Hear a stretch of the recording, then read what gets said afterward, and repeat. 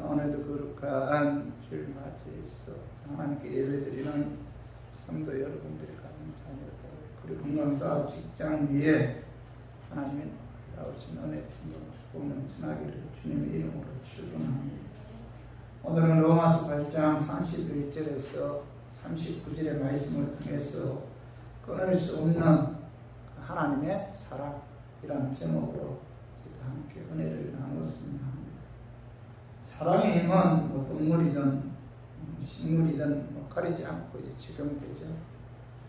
사랑의 힘과 타월성에 대해서는 세상에 어느 누구도 반론을 제기하는 사람이 없죠.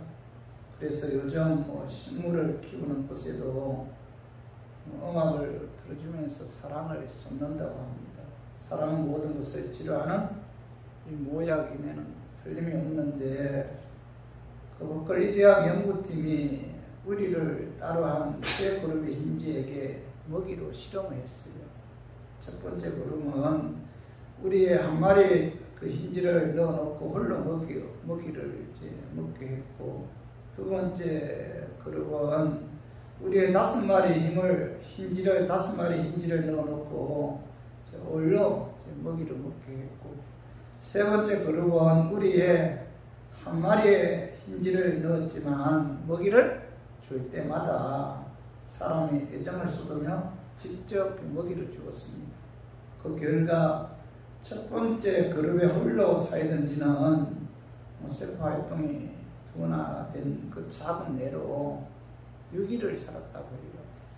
두 번째 그룹은 약간 무거운 뇌로 7일을 살았다고 합니다.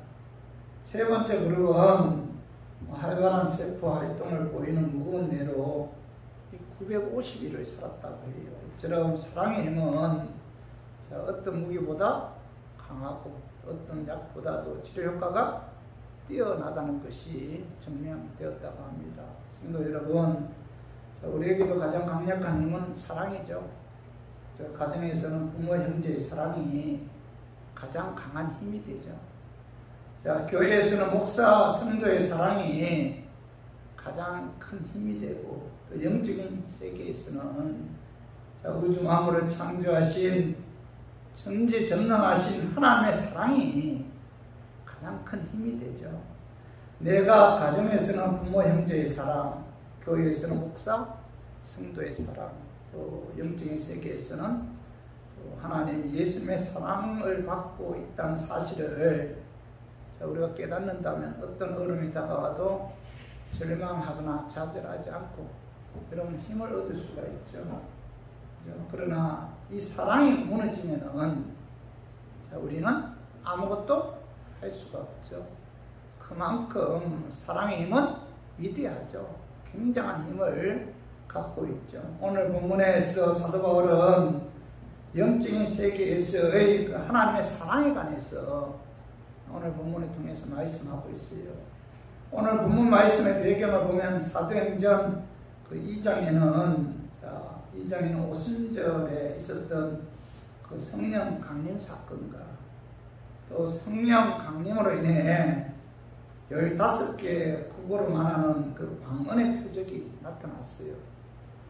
성령 강림으로 인한 15개 국어로 말하는 그 방언의 표적이 나타났을 때 각지에 흩어져 있던 그 유대인들이 그 오순절을 지키려고 그 예루살렘에 모여들었어요.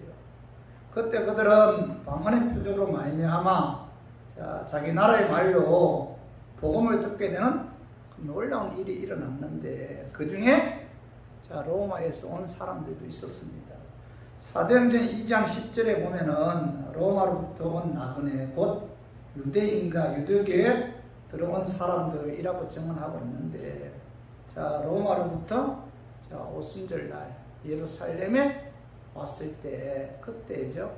방언의 역사에 의해 자기 말로 복음을 들은 그들이 이 복음을 듣고 로마로 들어가서 그리스도인의 공동체인 로마 교회가 세워졌어요. 로마 교회는 특별히 누가 세운 교회도 아니고, 로마 교회는 그래서 신앙을 가르치는 자도 없었고 지도할 사람들도 로마 교회는 없었습니다.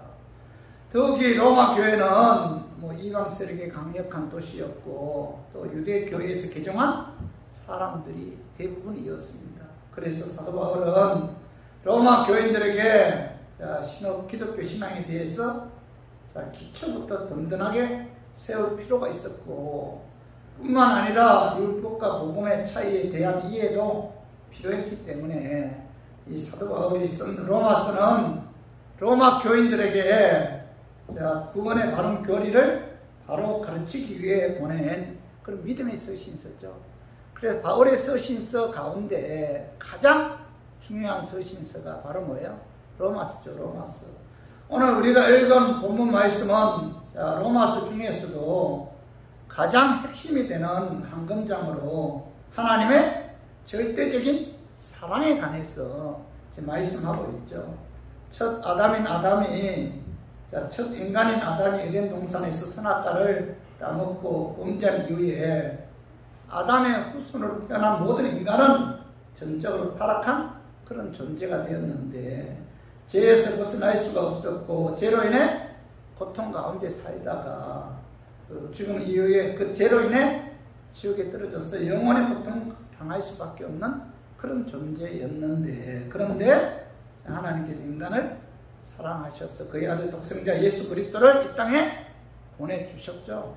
그래서 로마서 5장 6절 봐봐요. 우리가 아직 연약할 때 기약되어 그리스도께서 경건하지 않은 자를 위하여 죽으셨고 사도 바울은 우리가 아직 연약할 때 경건하지 않은 삶을 살고 있을 때 그리스도께서 경건하지 않은 자를 위하여 십자가에 죽으셨도다 이렇게 말씀하고 있죠.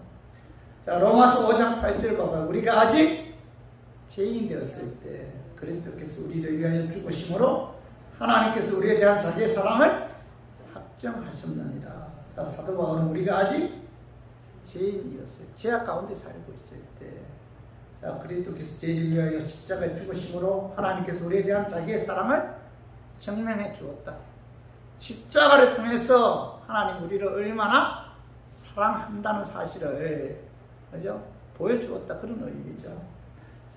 그래서 하나님은 자기 자신을 십자가에 죽기까지 우리를 사랑하셨고 그래서 우리가 그 사랑을 입은 자들이죠.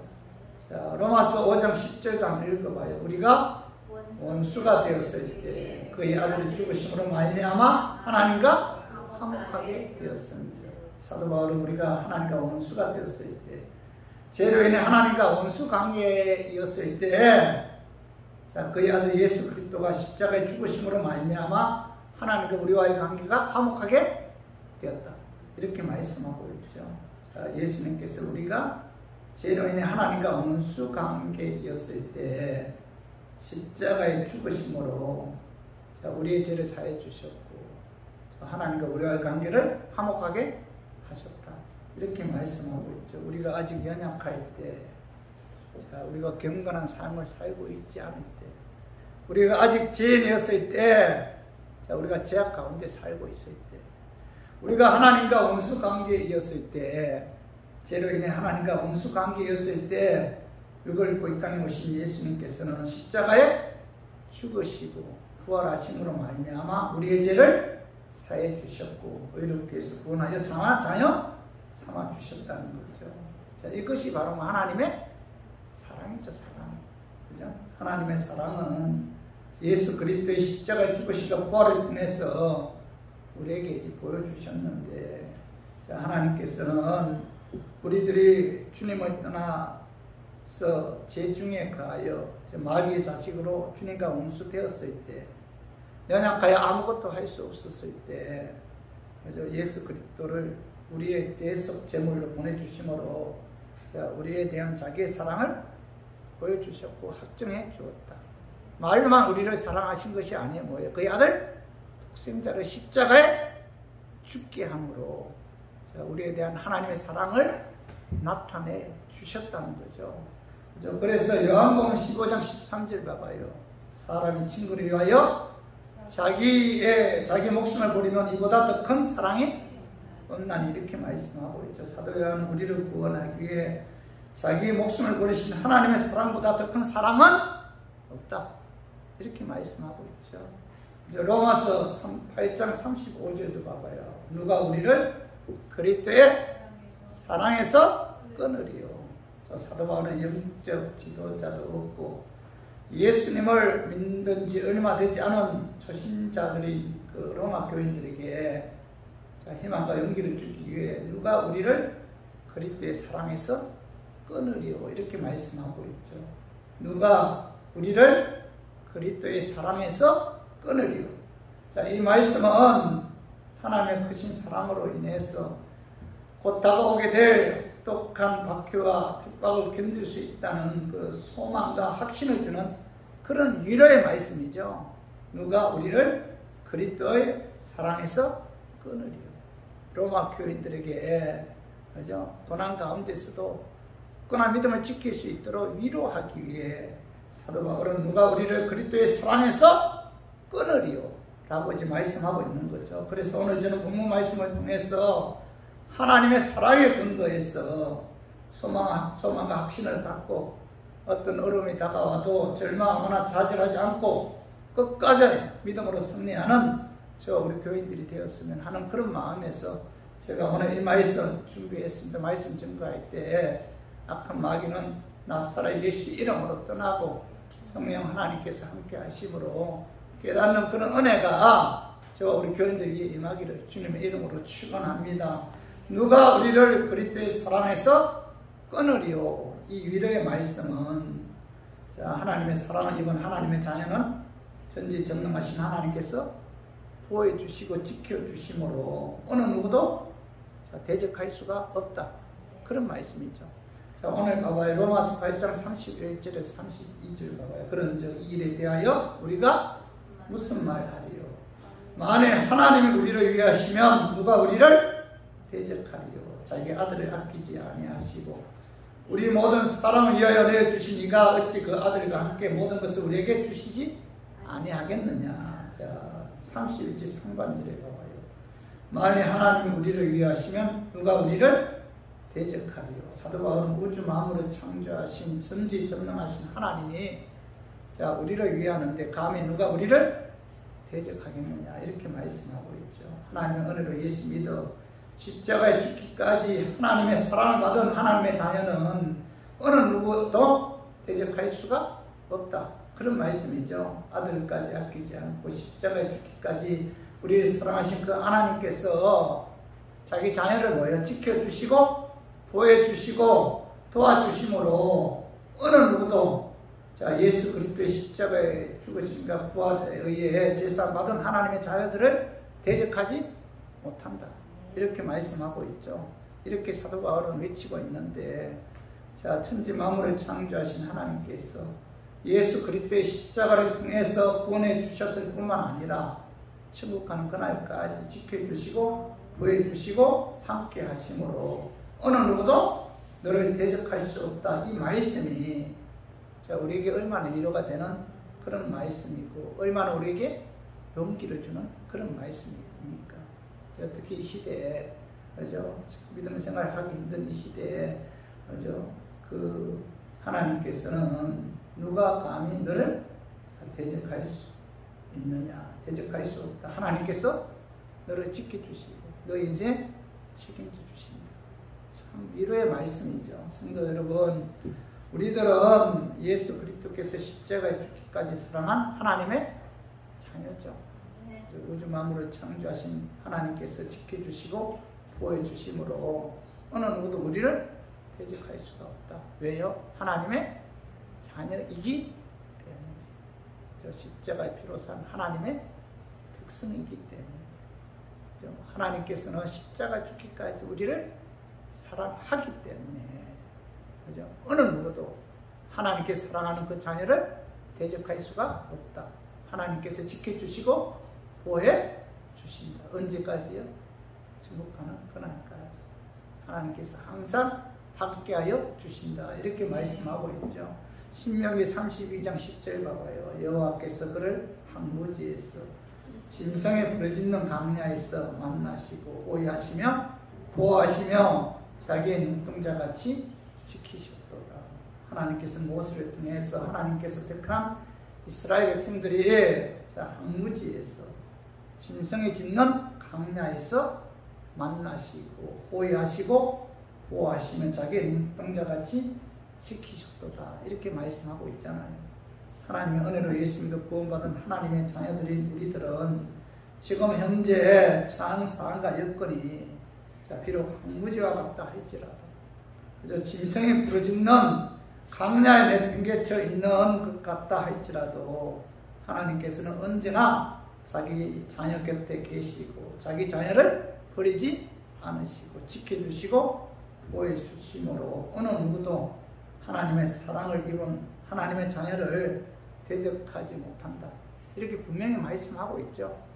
그죠? 이렇게 말씀하고 있음에도 불구하고 우리들은 기도할 때마다 하나님, 나는 지금 항무지에 있습니다. 나를 도와줄 자는 아무도 없습니다. 내 곁에 아무도 없습니다.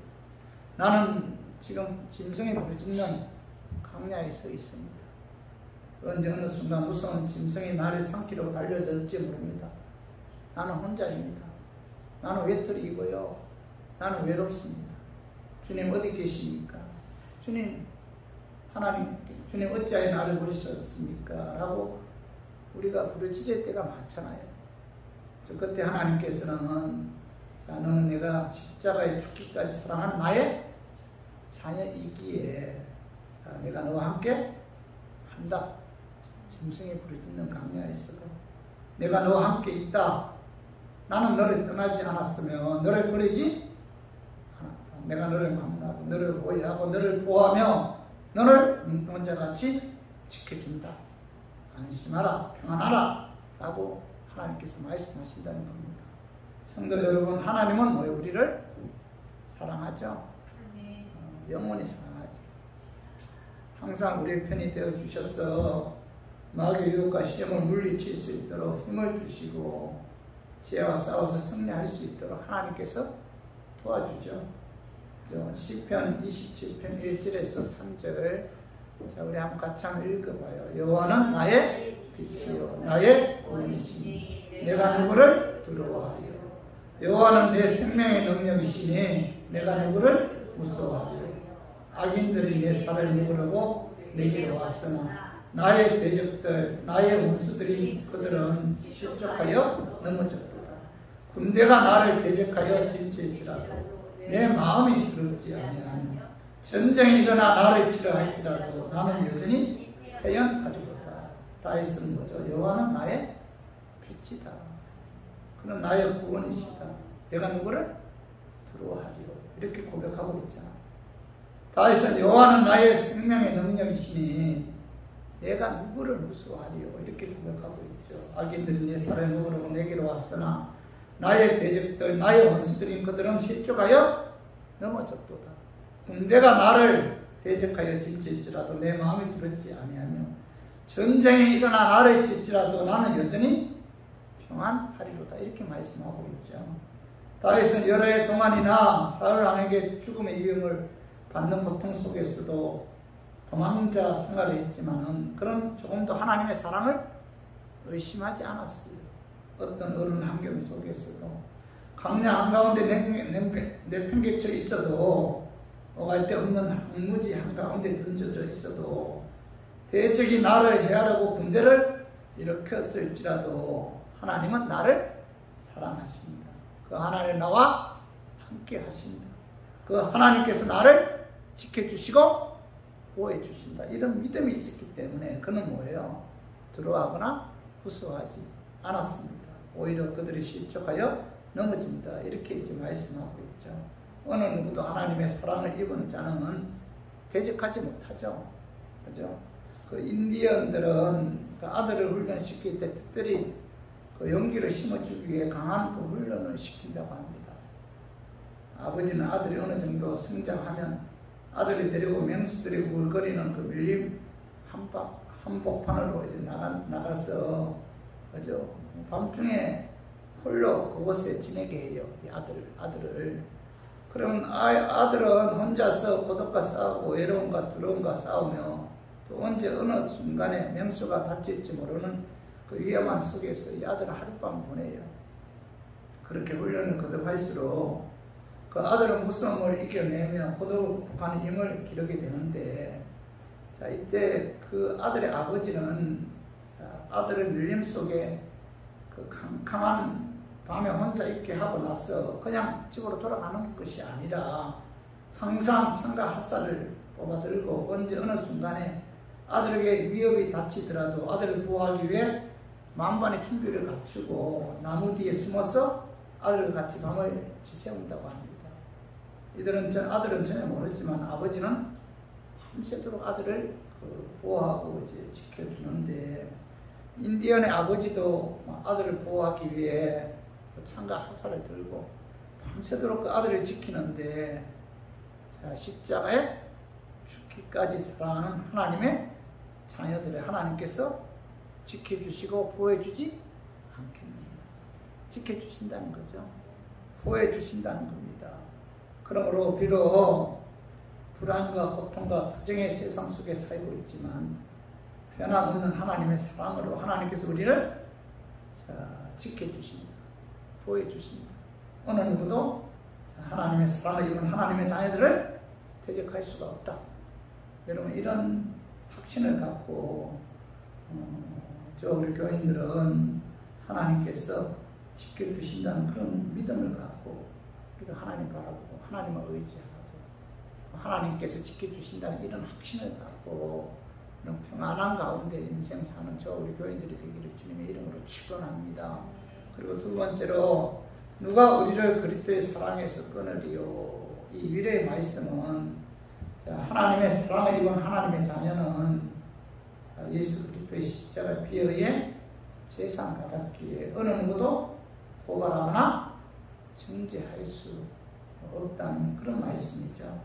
자, 오늘 로마서 8장 33절에 34절 한번 읽어봐요. 누가 능히 하나님께서 택하신 자들을 고발하리요. 의롭다 하시니는 하나님이시니 누가 정죄하리요. 죽으실 뿐 아니라 다시 살아나시니는 그리스도 예수시니 그는 하나님 편에 계신 자요 우리를 위하여 간구하시는 자신이라. 여기 봐봐요. 33절에서 34절 상반절에 보면 누가 능히 하나님께서 택하신 자들을 고발하리요. 의롭다 하시니는 하나님이시니 누가 정죄하리요. 사도 바울은 하나님께서 예수 그리스도의 십자가의 피로 제사하여 의롭다고 하신 하나님의 자녀들을 누가 감히 고발하리요. 누가 감히 정죄하리요. 이렇게 말씀하고 있죠. 자, 하나님의 은혜로 예수 믿어 구원받은 하나님의 자녀들은 십자가를 통해 제사 받았잖아요. 그래서 어느 누구도 정죄할 수 없다. 이렇게 말씀하고 있죠.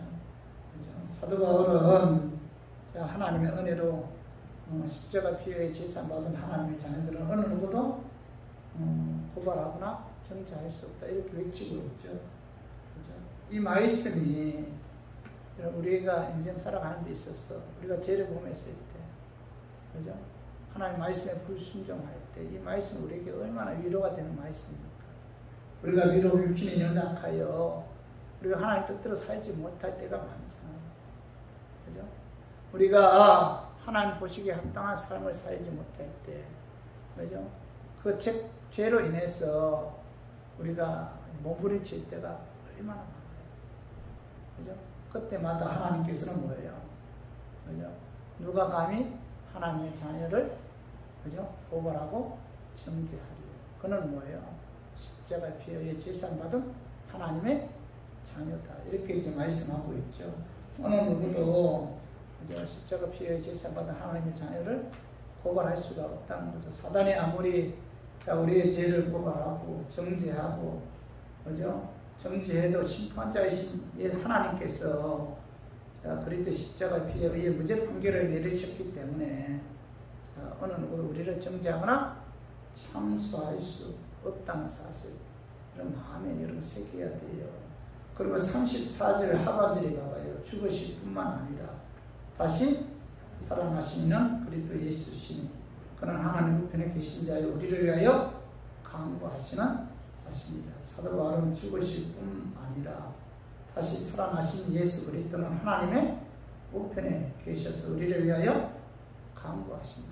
이렇게 말씀하고, 여기 간구하신다는 말씀은 우리를 위해 중보기도 한다. 그런 말씀, 중보기도 한다. 하나님 우편에 앉아 계셔서 이제 우리가 죄를 범할 때, 하나님 뜻대로 불순종하는 삶을 하나님 뜻에 의해 살지 못할 때, 신앙이 약해졌을 때, 그 하나님께서 우리를 위해 중보기도 하시고 또 변호하신다. 그런 말씀이죠. 간구하신다, 변호하신다, 대변해 주신다. 그런 말씀인데, 하나님의 자녀들인 우리들이 육신의 연약성으로 인해 죄를 범했을 때 하나님의 우편에 앉아 계신 예수님께서 제가 저 사람의 죄를 대신 짊어지기 위해 십자가에 피 흘려 죽지 않았습니까 하면서 우리의 죄를 변해 주시고 대변해 주신다, 강구해 주신다. 그런 의미죠.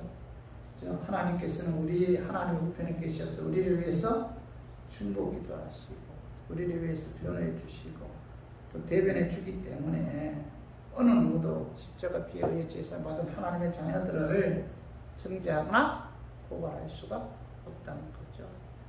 우리 자신이 우리를 정죄할 수 있죠. 우리 이웃이 우리를 정죄할 수 있어요. 사단이 우리를 정죄할 수가 있고 모세 율법이 우리를 정죄할 수가 있어요. 그러나 의롭다 하시는 하나님이시니 누가 우리를 정죄하리요. 예수 그리스도 십자가를 통해 우리의 죄를 사해 주신 하나님께서 우리를 의롭다고 선언하셨기 때문에 그리스도 안에 있는 우리 교인들은 어느 누구도 우리를 정죄할 수가 없다. 이렇게 말씀하고 있죠. 성도 여러분, 우리가 인생 살아가는 데 있어서 내가 예수 그리스도의 십자가의 피에 의해 제사함 받았다, 용서함 받았다. 그죠? 이것보다 더 큰 축복은 없죠. 엄청난 복이죠.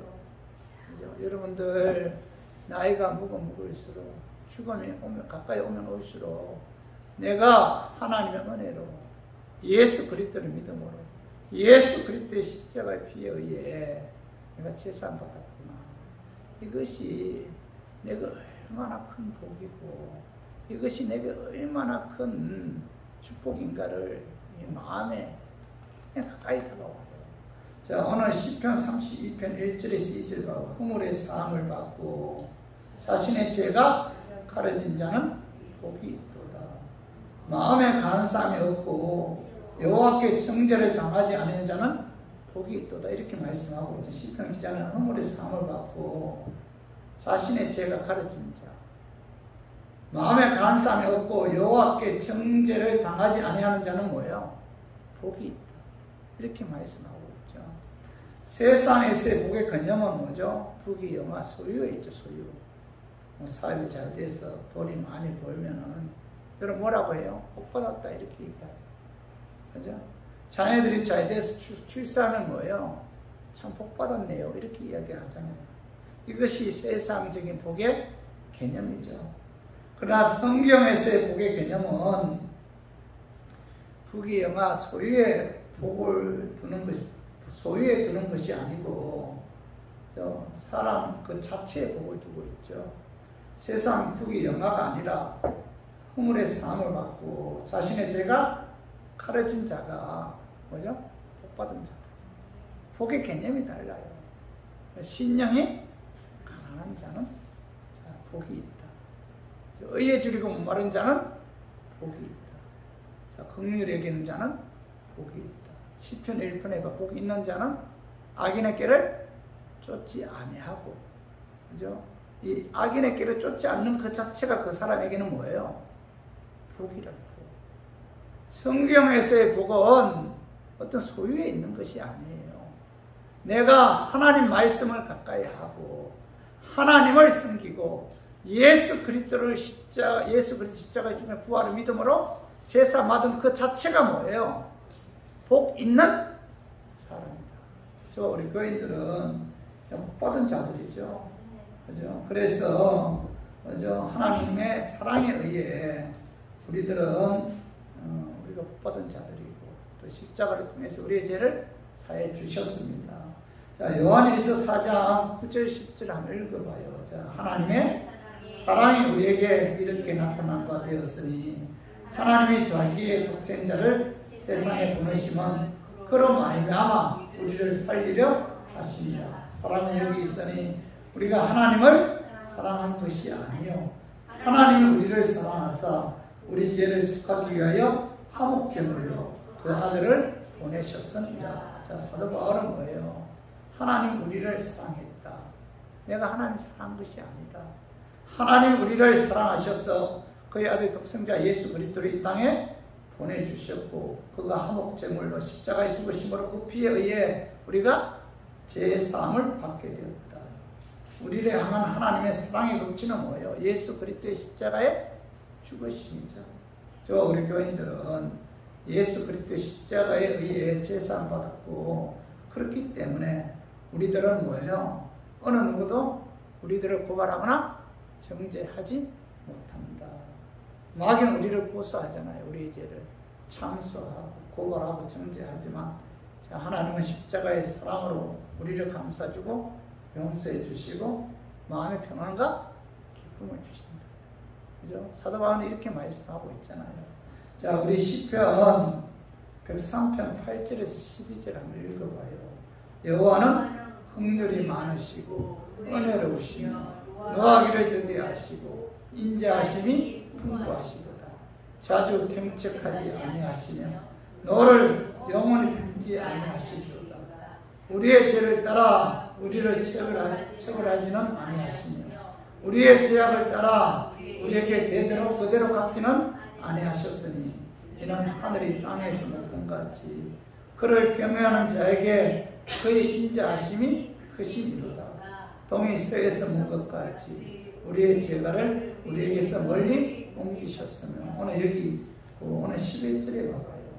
그를 경외하는 자에게 그의 인자하심이 크심이로다 이렇게 말씀하고 있죠. 그의 인자가 뭐예요? 사랑이죠. 사랑. 그의 인자. 하나님을 경외하는 자에게는 그의 사랑하심이 크심이로다. 하나님 우리를 사랑한다는 거예요. 십자가에 죽기까지 사랑한다는 거예요. 그래서 하나님의 자녀들이 죄를 범했다 할지라도 하나님께서는 뭐예요? 긍휼이 많으시고 은혜로우시고 노하기를 더디하시고 인자하심이 풍부하기 때문에 우리의 죄를 따라 우리를 처벌하지 아니하십니다. 그분의 사랑은 크기 때문에 동에서에서 먹은 것 같이 우리의 죄가를 우리에게서 멀리 옮기셨다. 이렇게 이제 말씀하고 있죠. 성도 여러분, 하나님은 하나님을 경외하는 자에게 제사해 주시는 인자, 사랑이 크신 그런 하나님이죠. 그죠? 예레미야 29장 11절도 봐봐요. 여호와의 말씀입니다. 너희를 향한 나의 생각이 내가 아나니 평안이요 재앙이 아닙니다. 너희에게 미래와 희망을 주는 것입니다. 하나님께서는 우리에게 뭐예요? 재앙을 주는 그런 하나님이 아니다. 우리에게 뭐죠? 평안과 소망을 주시는 그런 하나님입니다. 이렇게 말씀하고 있죠. 예수는 우리를 정죄하기 위해 육을 입고 이 땅에 오신 분이 아니죠. 우리를 뭐예요? 사랑하기 위해서 죄를 사해 주심으로 우리에게 평안을 주기 위해 소망을 주기 위해 희망을 주기 위해 예수님께서 육을 입고 이 땅에 오셨다는 거죠. 그래서 우리 교인들은 하나님의 사랑을 받은 하나님의 자녀들이죠. 비록 우리들이 세상에서 죄악 가운데 살고 있지만은 변함없는 하나님의 사랑으로 십자가의 피에 의해 제사받은 하나님의 자녀들이기에 어느 누구도 우리를 뭐예요? 정죄할 수 없고 고발할 수가 없다. 이렇게 말씀하고 있죠. 성도여, 우리들은 참 약한 존재잖아요. 태어날 때부터 죄성을 갖고 태어났잖아요. 죄를 범할 수밖에 없는 그런 존재들이죠. 죄를 이길 수 있는 능력 자체가 없어요. 어떻게 보면 죽는 그날까지 우리들은 죄악 가운데 살다가 죽음을 맞이하는 경우가 많아요. 그죠? 그럼에도 불구하고 뭐죠? 예수님께서 우리를 사랑하셨고 십자가의 피에 의해 그 많은 죄를 사해 주셨고 자녀로 삼아 주셨죠. 그렇기 때문에 어느 누구도 우리를 고발하거나 정죄할 수가 없기 때문에 더 이상 우리가 제약된 생활에서 여러분 죄책감으로 몸부림치는 그런 삶을 살아서는 안 된다는 겁니다. 우리 모두 십자가 죽기까지 사랑받는 하나님의 자녀이기에 비록 세상에서 죄악 가운데 살고 있지만 십자가 피에 제사받은 하나님의 자녀이기에 어느 누구도 고발하거나 정죄할 수 없다는 그런 믿음과 확신을 갖고 하나님께로부터는 평안과 기쁨을 누리는 우리 교인들이 되기를 주님의 이름으로 축원합니다. 우리 말씀 정리하겠습니다. 누가 우리를 그리스도의 사랑에서 끊으리요. 이 위례의 말씀은 뭐죠? 하나님의 사랑을 입은 하나님의 자녀는 전지전능하신 하나님께서 보여주시고 지켜주심으로 어느 누구도 대적할 수가 없다. 그런 말씀이죠. 그죠? 누가 우리를 그리스도의 사랑에서 끊으리요. 어느 누구도 하나님의 사랑을 입은 자녀를 대적할 수가 없다. 하나님께서 지켜주시고 보호해 주십니다. 또 하나 두 번째는 뭐예요? 하나님의 사랑을 입은 하나님의 자녀는 예수 그리스도의 십자가 피에 제상 받았기 때문에 어느 누구도 고발하거나 정죄할 수가 없다. 이렇게 말씀하고 있죠. 누가 우리를 그리스도의 사랑에서 끊으리요. 자, 십자가 피에 의해 제상 받은 하나님의 자녀는 하나님께서 예수 그리스도의 십자가 피를 통해서 제사 주셨기 때문에 어느 누구나 그의 죄에 관해서 비판하거나 정죄해서는 안 된다. 이렇게 말씀하고 있죠. 오늘 이 말씀 마음에 새기고 우리 교인들은 십자가 피에 제사 받았기에 하나님께서 뭐예요? 지켜주시고 보호해 주시고 또 하나님께서 어느 누구도 정죄할 수 없다는 사실 마음에 새기고 하나님만 바라보고 있지 않은 우리 교인들이 되기를 주님의 이름으로 축원합니다.